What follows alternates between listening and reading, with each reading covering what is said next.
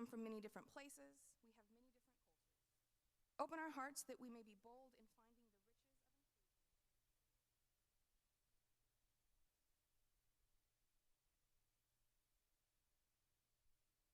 At this time, I would like to introduce the co-chairs of our MLK Convocation this year, Sydney Hart and Denise Grundy. Introduce our featured speaker for the morning. Let's give her a round of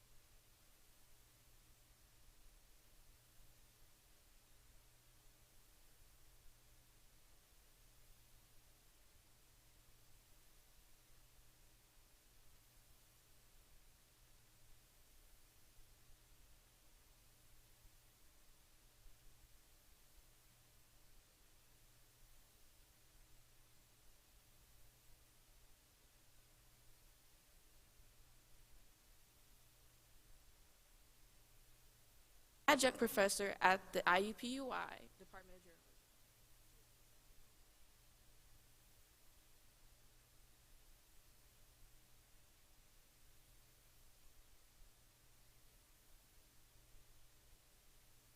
Pass the torch for women, ignite the torch entrepreneurship.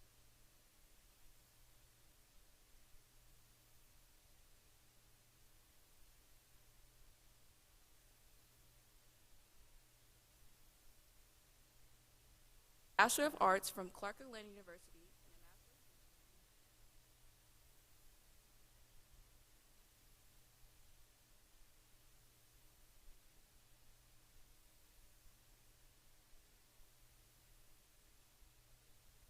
Let's give a round of applause for the fabulous Denise J. Hurd.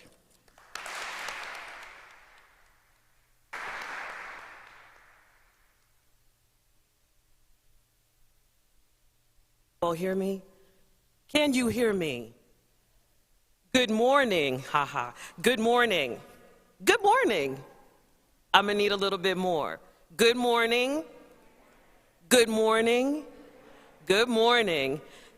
It is a joy to be with you this morning, both personally, in person, and also virtually. I know that in a perfect world, we would be gathered together, but the mere fact that we're able to gather at all is a testament to how well you all have managed throughout the coronavirus pandemic. And I commend you as students for putting safety first and doing all that you can do to ensure that your classmates, your teachers, your faculty, your staff, that they all remain safe. Because you, as students, you outnumber those who are in this building who are responsible for your education. So it's imperative that you all remain safe so that they can continue to do the work that they've been called to do. So I'm sure that all of your teachers, your faculty, and your administration join me in saying thank you for remaining safe. Kudos to you for keeping yourselves safe. I want to take a moment to thank Father Bill, Principal Van Slambrook, Ms. Story, Ms. Sydney Hart, and also all of the students in the Black Student Union who I had the opportunity to spend some time with this morning for inviting me to participate in your annual Martin Luther King program. I absolutely love how Brebeuf has remained committed to having this program happen today, especially with everything going on in our world right now. And I commend you all for pausing for a moment to pay homage to a civil rights leader whose legacy still remains relevant to this day.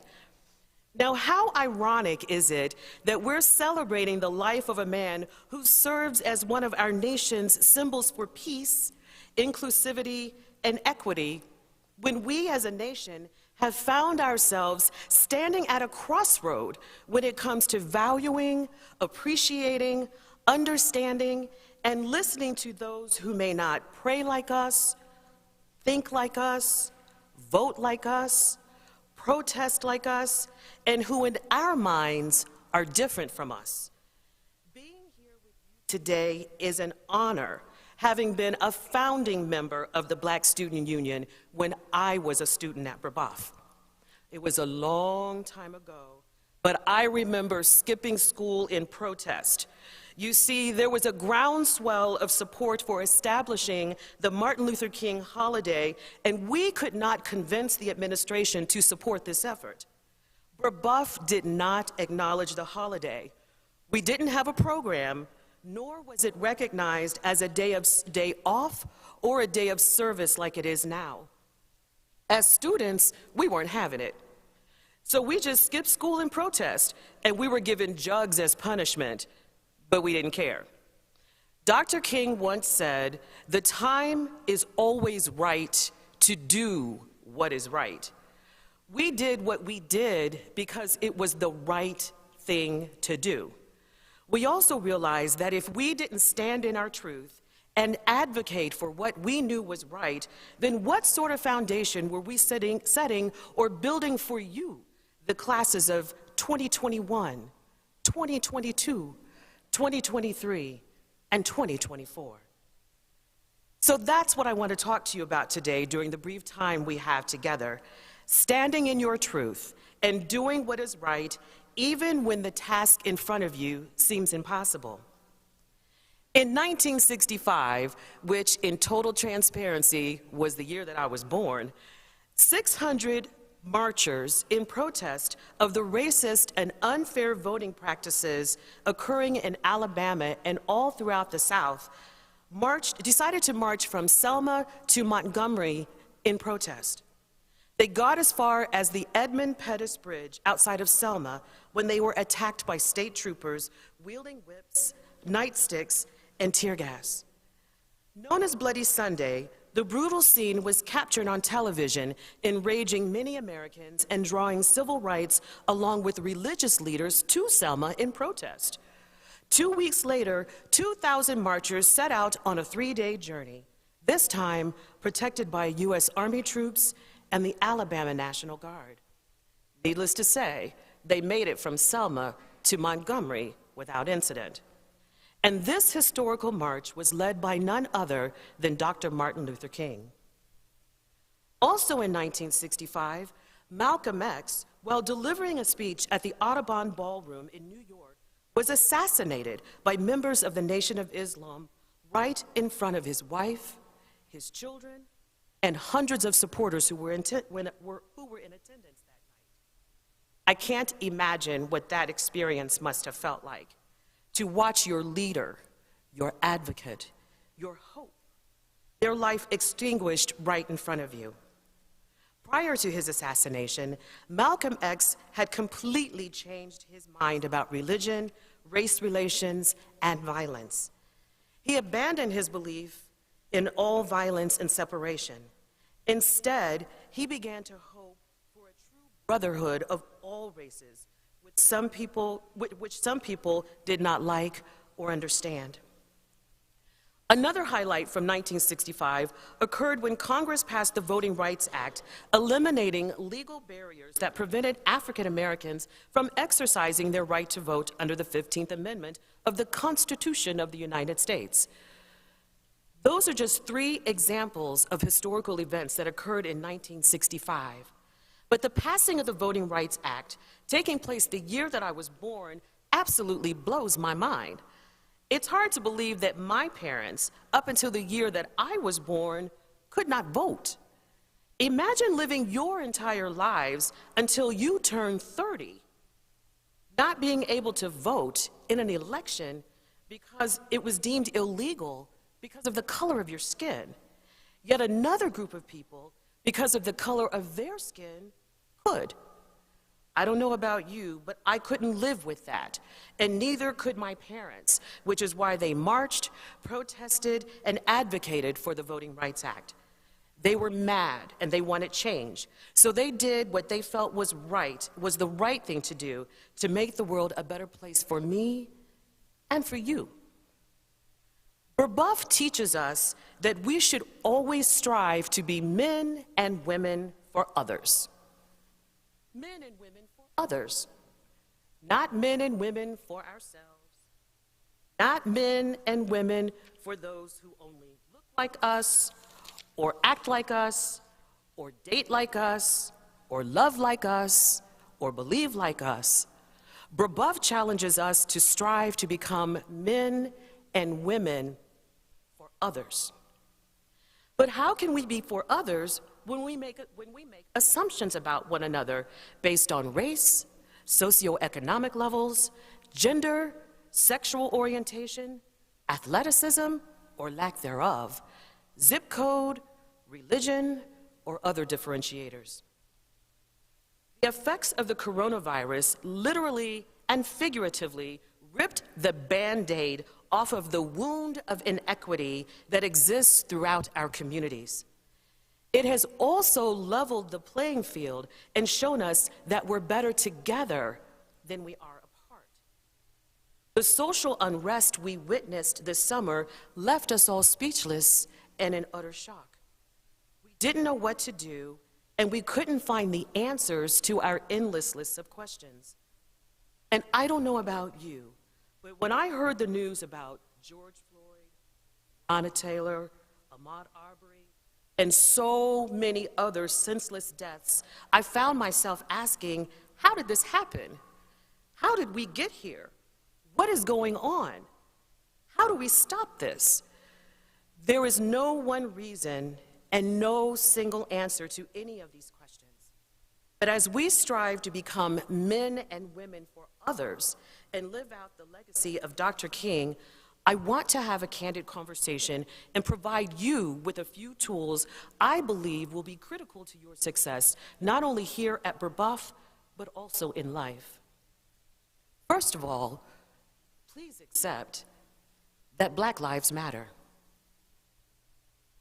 Now, that doesn't mean that if you're not Black, your life doesn't matter. It does. That's not what I'm saying, and that's not the intended meaning of those three powerful words. If you recall, I started out this talk by sharing events that occurred during the civil rights movement. I also shared with you how long ago those events took place. Since that time, I cannot recall a movement with the power and the reach necessary for addressing issues of diversity and equity and the traumas caused by systemic racism. Our nation needed a movement. While I do not condone vandalism nor the destroying of public or private property, if my parents had a movement, certainly your generation can have one too. Your generation deserves a movement, a platform for which to have your voices heard. We've been silent for too long, and we're paying the price. The other thing I'd like to suggest is you make an effort to get to know people who are different from you. I heard it through a rumor mill, and your members of the Black Student Union confirmed it for me this morning, that there's a long-standing tradition of division in the cafeteria that still exists.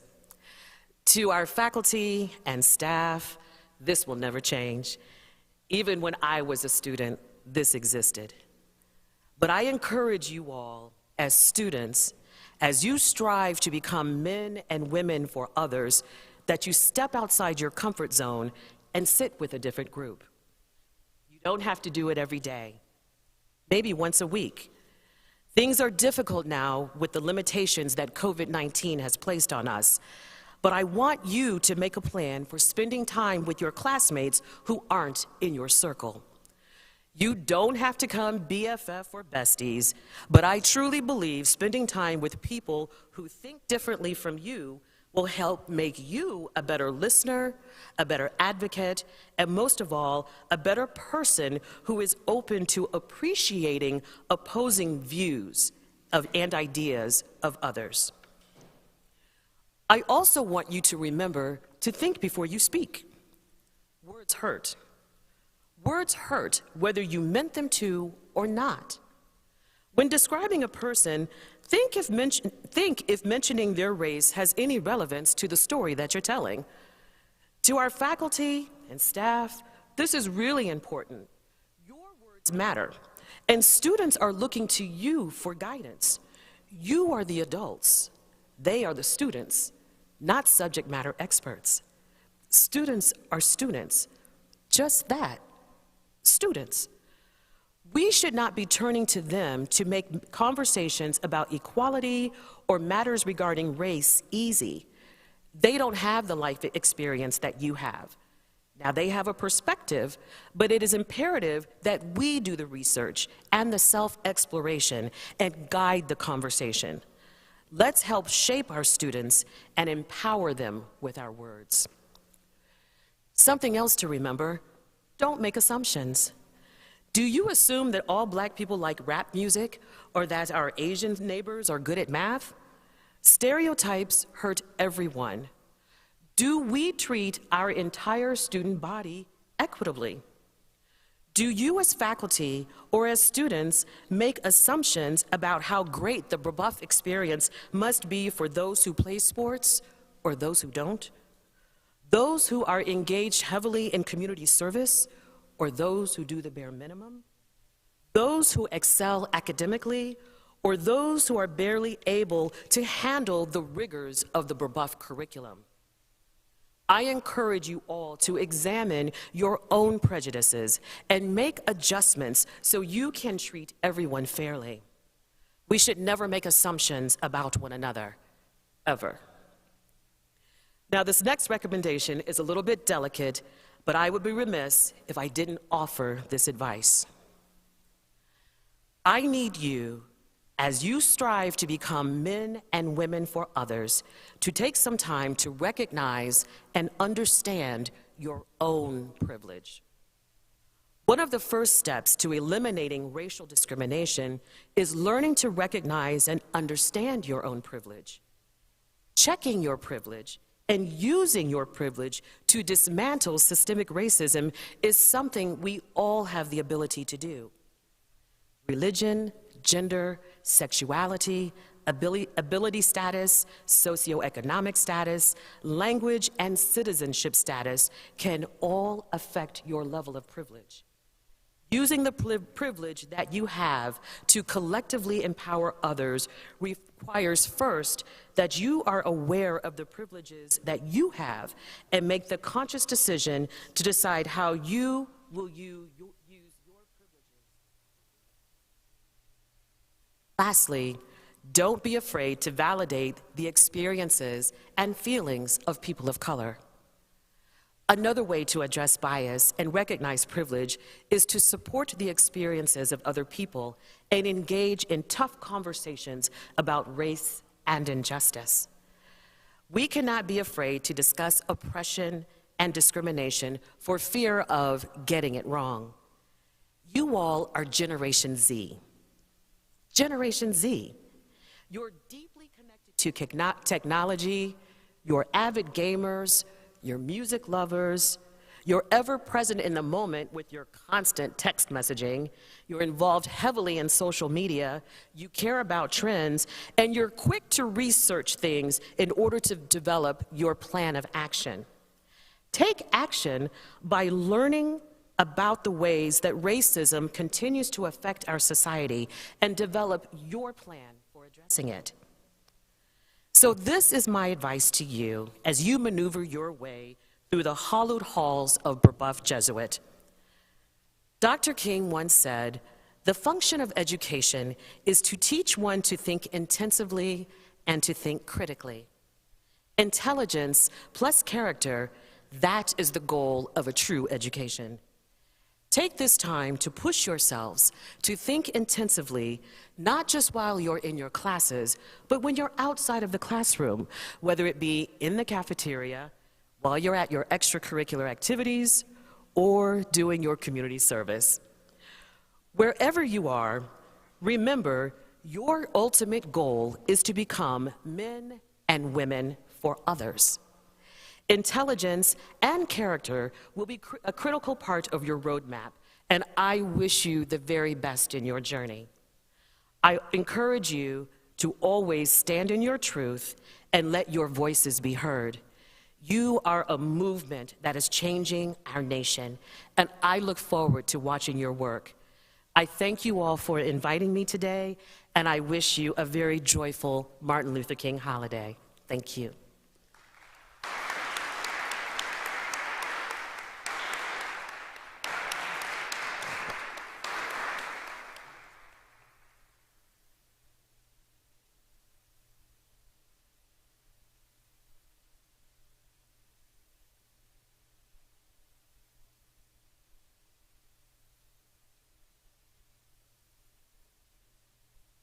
Thank you, Ms. Hurd, for the talk. Now we will be taking questions. There is a chat online within the YouTube chat box.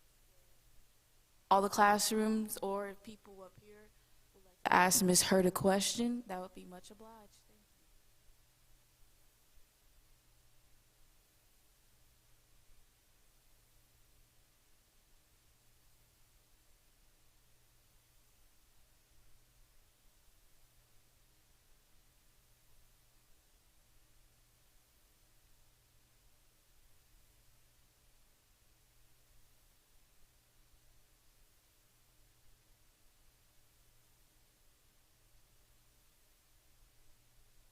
So thank you for that question. So how did my experiences at Brebeuf impact me when I went away to college?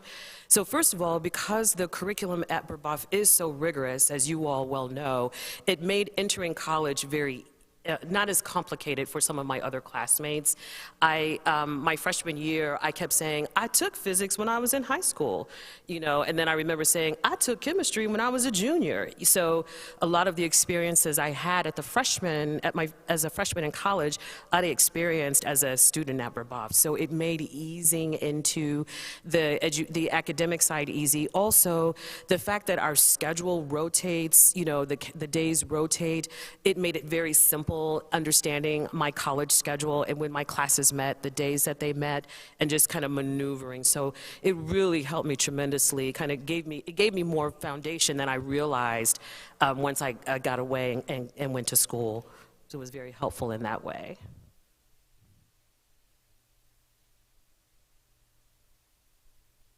Next question for you is, why did you choose an HBCU after going to a Okay, so I picked it. I went to an HBCU, which is a historical black college and university, and I picked. My parents strongly recommended that I pick an HBCU because of my experiences at Brebeuf. They really wanted to make sure I had a complementary experience. Being at Brebeuf and being black, I was in the minority, and so they wanted me to have an academic experience that placed me in the majority, so I could have balance. So that, and also there were some cultural things they wanted me to learn, and also some social things I wanted to learn as well.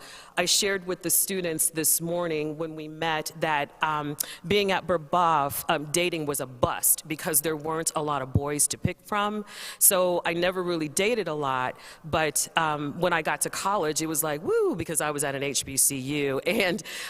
And I went down south and I was in Atlanta, and my campus was across from an all-male school. So needless to say, you know, I took a lot of classes over there so I could kind of maneuver and be seen. So that was a big thing about going to an HBCU also. That was kind of fun. What's some advice you would give to your younger self during your high school? Oh my goodness. What would you know, that's a really good question. So what would I tell my younger self at Brebeuf? I had such a great experience at Brebeuf, to be honest. But I think one thing that I would tell myself is that it's going to be okay. I think you fret a lot when you're in high school, like, if I don't. And you know what? You will. Because the plan has already been laid out for you all. You know, because of your faith, you know that God has a plan for you, and it's already been designed. And you're just living it, and you're just walking the steps. So I think that I would have realized that the plan had already been laid out, and I just needed to hold up my end of the bargain. And that I probably spent so much time fretting that I became a distraction to him and to myself. So I think that's probably one thing I would tell myself is just, it's gonna be okay. Because it truly, truly is. You will be fine. So don't worry about, if I don't do this, I won't get that. If I don't do this, I won't get that. Because you will stress yourselves out. Do what you can do, and the rest will fall into place quite naturally because it's already been decided. Were the administrators and staff at Brebeuf inclusive to the Black student body back when you attended the school? No, not at all. You know, as I said in my talk, we didn't have a Black student union when I was at Brebeuf. We created a Black student union when I was at Brebeuf, and it wasn't easy. We didn't have an MLK program when I was at Brebeuf. And I remember the first time we had an assembly, there was a groundswell of coughing through the entire program. You know, you hear a cough over there, and a cough over there, and a cough over there, and a cough over there. And it was so obvious it was intentional to be a distraction, but we just held true. And at the beginning, they gave us the chapel as the space, and it was optional to attend. So you can imagine the turnout. And so then finally we kept pushing and pushing, and they moved us into this space. But no, we didn't have a lot of support when I was at Brebeuf, no. Because we didn't have a lot of faculty that looked like us to advocate. Remember, we're kids, you're a student, so you need someone on the administration to advocate for you, and we didn't really have anyone to advocate for us back then.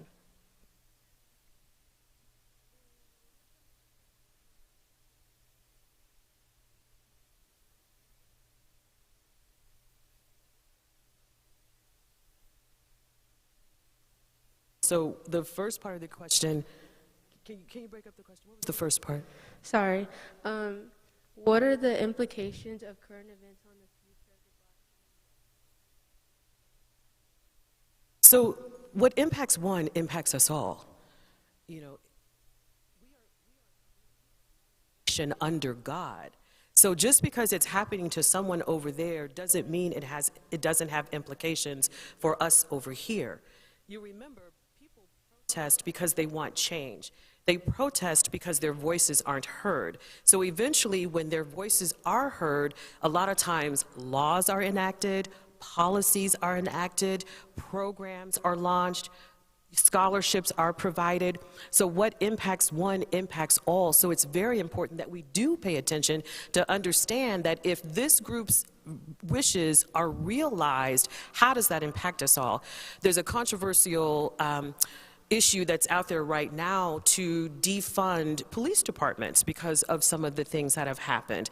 So, and people are concerned about that. You know, what are the implications of reallocating funds in police departments?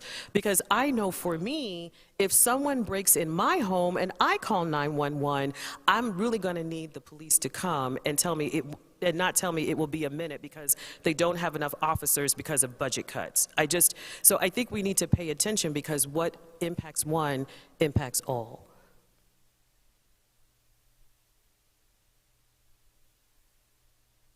Anything change, or is the process stagnated? I think it's a little bit of both. I think one of the challenges that we have, and I say this all the time, I said this to a bunch of protesters over the summer that were really angry about some police action shootings and were protesting, and I didn't quite agree with their process. I think part of the problem is that we don't have a strategy. I think anytime you're going to go out and protest and march, you have to ask for something. What are you trying to accomplish? It's one thing to say, like, what you did was wrong, but what do you want to have done about it? And what are you going to do to enact change?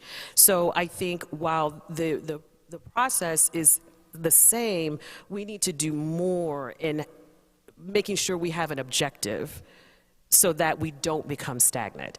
Because when we don't have an objective, then eventually people say, well, you know what, they're going to protest for a while, and then they're going to get tired, and then they're going to go home, and then we can get on with business as usual. So, you know, you have to remember, as I said in my talk, people marched from Selma to Montgomery because they couldn't vote.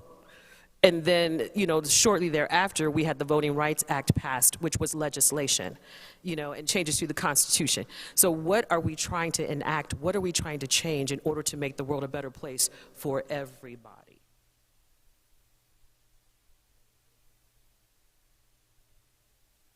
Thank you.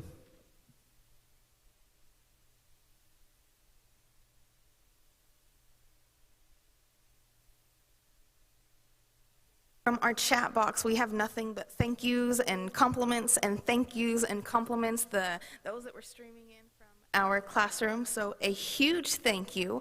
And at this time, we would like to introduce, we have two freshman reflections that are going to close us out for our MLK Convocation, starting with Miss Ariana Dokes.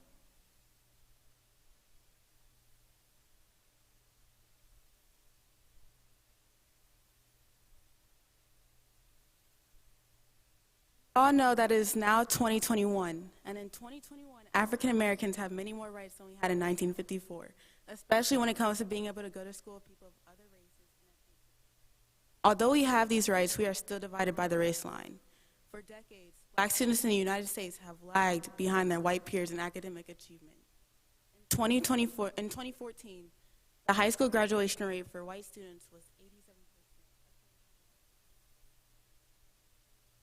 Black students, the rate was 73%. College success rates show a pretty big race gap, 5.9% of white individuals have college success and earn a bachelor's degree, while Black and Latino students only had a 39% college success. White individuals also received help in order to pay for student loans, while only 35% of Black and Latino individuals received assistance with loans. Black students are more likely to be suspended or expelled, less likely to be placed in gifted programs, and are subject to lower expectations than teachers. As an 8th grader, I was looking to find what high school would be the best match for me. As soon as I walked into Brebeuf, I felt like I belonged here. I believed that I would be offered the same opportunities as the rest of my peers, as well as new relationships. Now, I was concerned about one thing, which was the diversity and racial climate within the school, especially with this being a majority white school. Fortunately, I knew many other Black students from my middle school that would also be coming to Brebeuf. Going their freshman year was one of the roughest transitions to a new school for me. I dealt with COVID-19 and had to do school online. Uprise in Black voices, as well as protests surrounding violence caused by the community. To events like this, I had many expectations of how different schools would be. I didn't allow these expectations to keep away my happiness. Now that I'm finished with my first semester of high school, I'm able to reflect on and talk about my experience regarding the racial climate here came from an Instagram account called allows students to express usually racial issues that had made an impact on them. I have not had to experience some of the extreme challenges as others, but I have experienced other things such as stares or eye rolls, as well as being one of the few Black students in my classes, which can definitely take a toll on me. I have still enjoyed the start of my experience here at the school. Our lives begin to end the day we become silent about things that matter. There's a day in 2020 which is called Blackout Tuesday, which involved people to not post anything on social media other than a black square or awareness about the Black Lives Matter moment. Many people contributed to this but became silent after this day because they just saw it as a trend. Fortunately, I am proud to say that this school has taken steps to inform people about adversity that students of color face. But hopefully in the future there will be changes which reflect on these actions being taken to inform others, such as an increase in students and staff of color, more conversational workshops in order to educate, and more activities to get individuals involved. Hopefully you were able to realize how important it is to get involved with ideas and activities that are outside of your comfort zone. Thank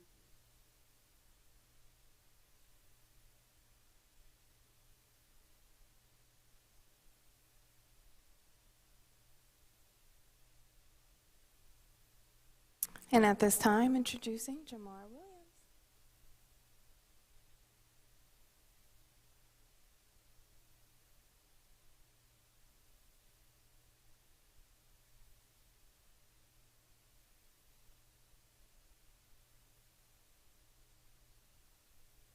My name is Jamar Williams II, and today I would like to call attention on some important matters that myself and other black students at Brebeuf on a daily basis. Brebeuf is better than most PWIs in making an effort to include their black students, especially during such a unprecedented time. Although there are still some things we would like to see improved. I'd like to see improved while at Brebeuf is the curriculum.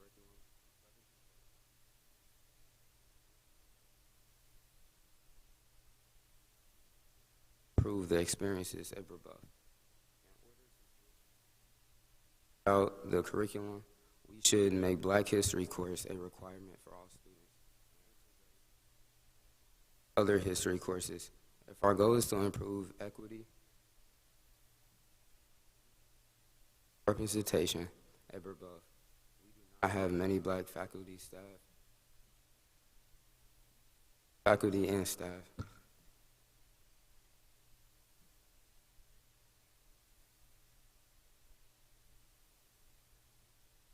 I can't count the amount of black faculty and staff we have on one hand. Representation is very important.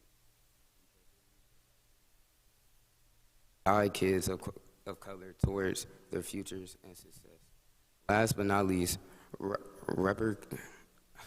representations and educations are obstacles that we need to address.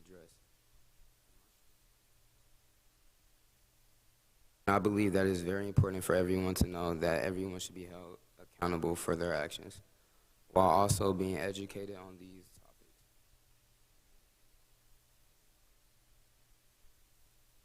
Equality and equity. Thank you.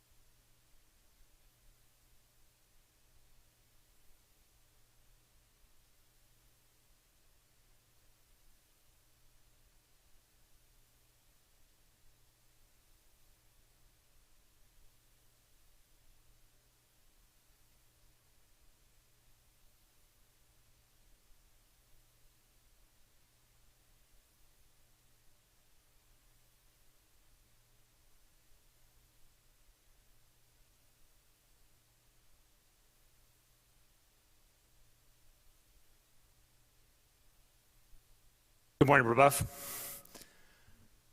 On behalf of the school, of the administration, of our faculty and staff, I want to again give a warm thank you to all of the planners and organizers of this event, to our Black Student Union, to all the students involved, our leadership of that, to Ms. Storrs, and especially to Ms. Hurd for joining us today. Thank you all to everybody who planned this.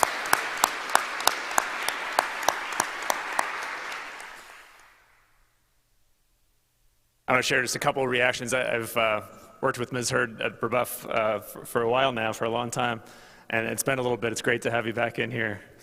And your speech was just such a perfect expression of our mission, what we hope for our community to become, and a challenge to us. And I just really appreciated all of your words, and I hope that we all, faculty, staff, and students, can really take them to heart.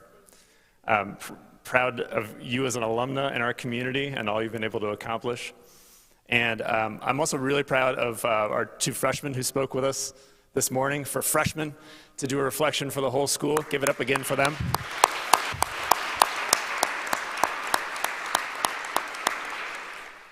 And it occurred to me as they were speaking about, as Ms. Hurd mentioned, you know, as a founder of the BSU at Brebeuf and being an advocate and stretching beyond what was comfortable, of how you too are carrying on that legacy with what you did today. So the extension of the legacy over the years is a beautiful thing to see, and I hope we've come a ways since then, and that we have a ways to go too. We recognize that, and we're going to keep working towards that.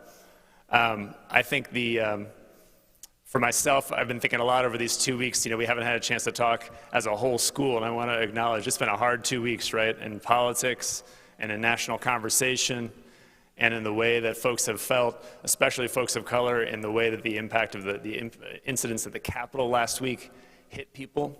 And I hope that we took the time, all of us, to listen to each other and the way that impacted people. And we've been trying to, and in COVID-19 it's especially hard, and I think today's a good day to recognize that and to think about that going forward. We've all got a challenge in our community here at Brebeuf Jesuit and in our broader community to model a place where people can be respectful of each other and listen to each other and not make those assumptions exactly as you said. And so we as a faculty staff, I think often, I'm speaking for myself, but also I know for our faculty staff as a whole, sometimes these conversations are difficult to have, and we want to have them and to model them for you, and I think your challenge to us is exactly appropriate. We adults in the community need to be the ones to lead that and then involve our students with it, and so we're going to be working on that with you through this year. So those are my thoughts. I just wanted to react to some of what was said that I found moving, and I so appreciate all of your efforts for the whole Black Student Union leadership and everybody who's been involved with this. And thank you, students, for your attentiveness, your openness of mind and heart, and your ears to this message this morning. And I hope you have a chance to take it to heart and to think about it on our day of recognition and service, a day off from school, as well as in recognition of the legacy of Martin Luther King and the need for racial justice and equality and what we all can do going forward. Her message about using our privileges for the benefits of others, just think about the mission statement of Brebeuf, how we use our gifts and talents, call them forward as an act of responsibility and worship for the benefit to be men and women to others. It all links so well together. So I pray that we keep that in mind on this Martin Luther King holiday weekend. One logistics after this, we have a break before our next period. This is essentially our PRT for the morning. Our next period doesn't start until 10:45, I believe. It might be 10:55. 10:55 is when period 8 begins. So that gives you a PRT time. And it's everybody with a PRT time. So let's remember, we've been staggering PRTs for social distancing. Right now we've got everybody on a PRT. Please keep in mind social distancing for everybody's safety. We want to keep our community numbers down. Our COVID-19 numbers as we start the semester have been pretty good. They need to keep going in that direction for us to be more and more and stay in person and be more and more in person, which we all want. So keep in mind that just right here in the next 30 minutes as you wait for your next class that starts at 10:55. Thank you all very much. Have a great day.